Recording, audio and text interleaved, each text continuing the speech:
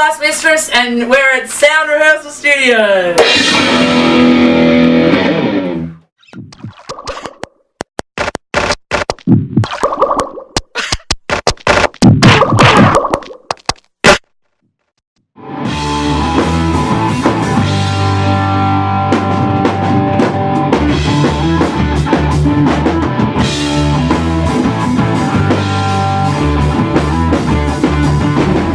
I'm here talking with Bryony and Alejandro from Last Mistress.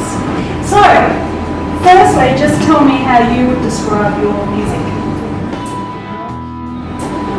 We're like an 80s influenced original rock band. Okay. That's how I would describe us. Is that how you would describe us? There's a guitar as well. So, who would you say is there a band that really influenced you? For me, in writing the songs, most of the bands from the 80s, like I love Guns N' Roses, but in terms of like the female fronted rock bands, Divinals, Joan Jett, Pat Benatar, those kind of strong female people have really influenced me in writing the songs. And given you were young, did that come from somebody of older generation, or you just got hold of that 80s stuff? I just got hold of my mum's record collection. So I've got your mother to blame. Yeah, you really do. For absolutely everything. There's cowlick in my hair, everything. That beautiful face. Oh, yeah, thank you.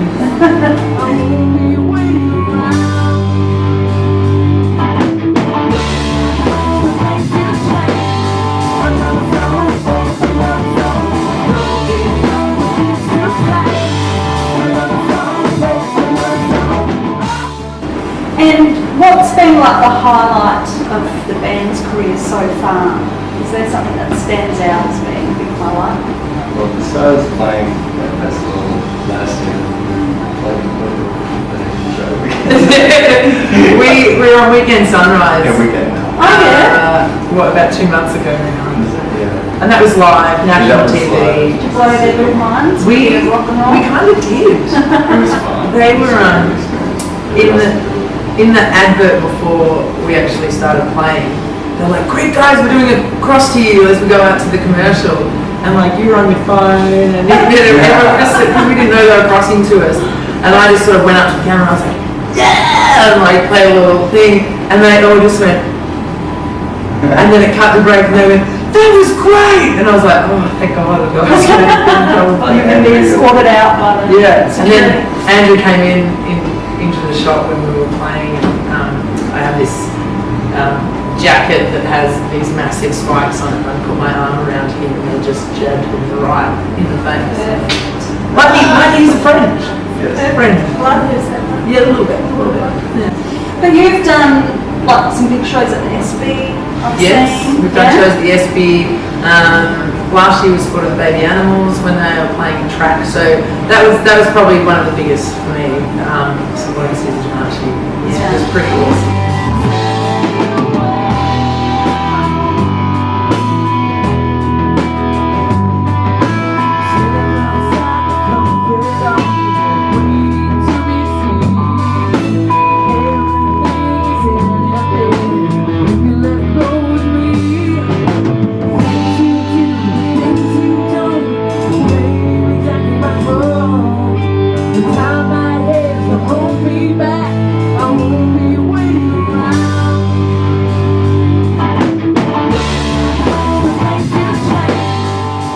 So, have you got a support team around the band? And if so, who have you got around the band that's sort of helping you on the way? Everyone. Like anybody is sort of hired? Like, have you got management or an No, we don't have any management. I recently brought on some friends who work in social media to run our social media pages and campaigns and that kind of stuff. So that's been a real help because I don't, you got to keep posting. I don't know what to do with that. So they really help when they do all this and they run all the Facebook campaigns and that kind of stuff, which is really good. Other sort of people we have working with us, I've been to LA a couple of times in the last year or so, and worked with Gina Shop from the Go-Go's. Oh yeah. And she was a drummer in the Go-Go's, so she's been really good. And a guy by the name of Jeff Bover, who's worked with like Michael Jackson and Eric Clapton, won a So Grammy. And, how did you make those connections? through Music X-Ray. I Right. sent Jeff a song through Music X-Ray, and he got back to me, and we went back and forth, and within a week I was on plane to LA, and we introduced him to Gina, and it was great. Fantastic. Yeah, That's exciting. yeah, it was really exciting. So that's, Awesome. that's Has that had an impact on what's happened here for you back home? Like, you know, sometimes if people go to the States and they've got contacts here and they come back, people are a little bit more interested in them. Has that had much impact? not yet. Not yet. The plan is to head to LA, and our sound is a little bit different to the rock sound at the moment in Australia, and so we sort of think it's more suited better to the American market, at least to get it off the ground.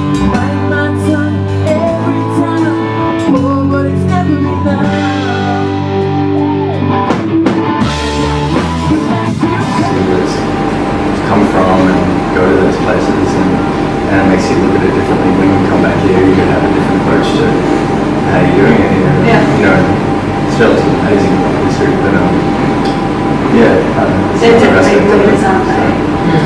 And well, that's very cool. So have you thought about getting a grant to do that? I've applied for several Okay. and not been approved. We do, we're a fairly successful crowdfunding campaign that we did towards the end of last year to help us record our new album. We did a positive campaign. We raised over $5,000 for that. So that came in handy when we had to remix the entire album. Yes.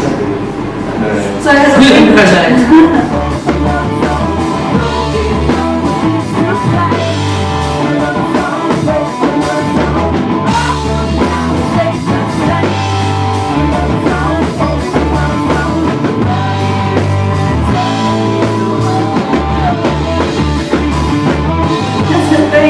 Touring grants specifically that you've applied for?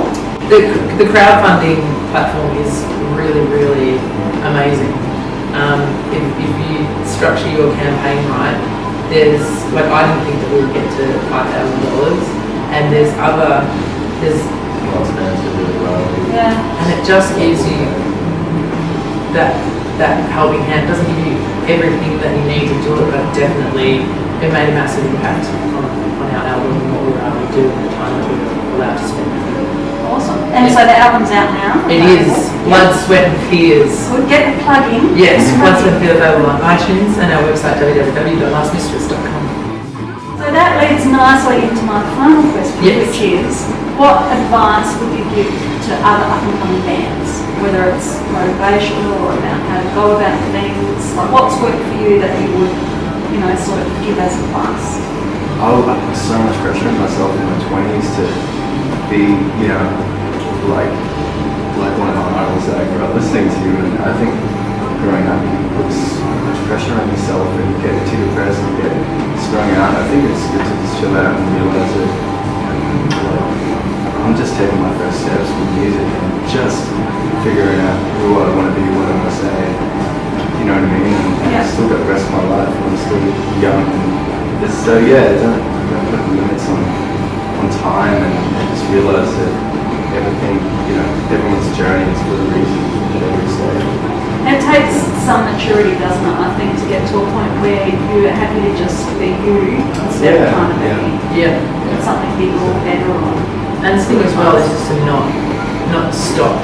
Don't give up, because you get so much rejection and so much shit thrown in your face, and then you have those people, what's next year? Oh, you're still in that little band, are you? And you know, it just, everything chips away, but then you get these wonderful opportunities. You get to work with amazing people. Like, we came in here yesterday, we hadn't rehearsed for, you know, a couple of months, and then as soon as we started playing the music, I was just like, yeah, okay, I'm here, I'm home, you know, and that is rewarding, and that you've got to take the good things when they come and appreciate that you worked hard to get that, and then you go on to the next thing, and you just cannot ever give up, ever.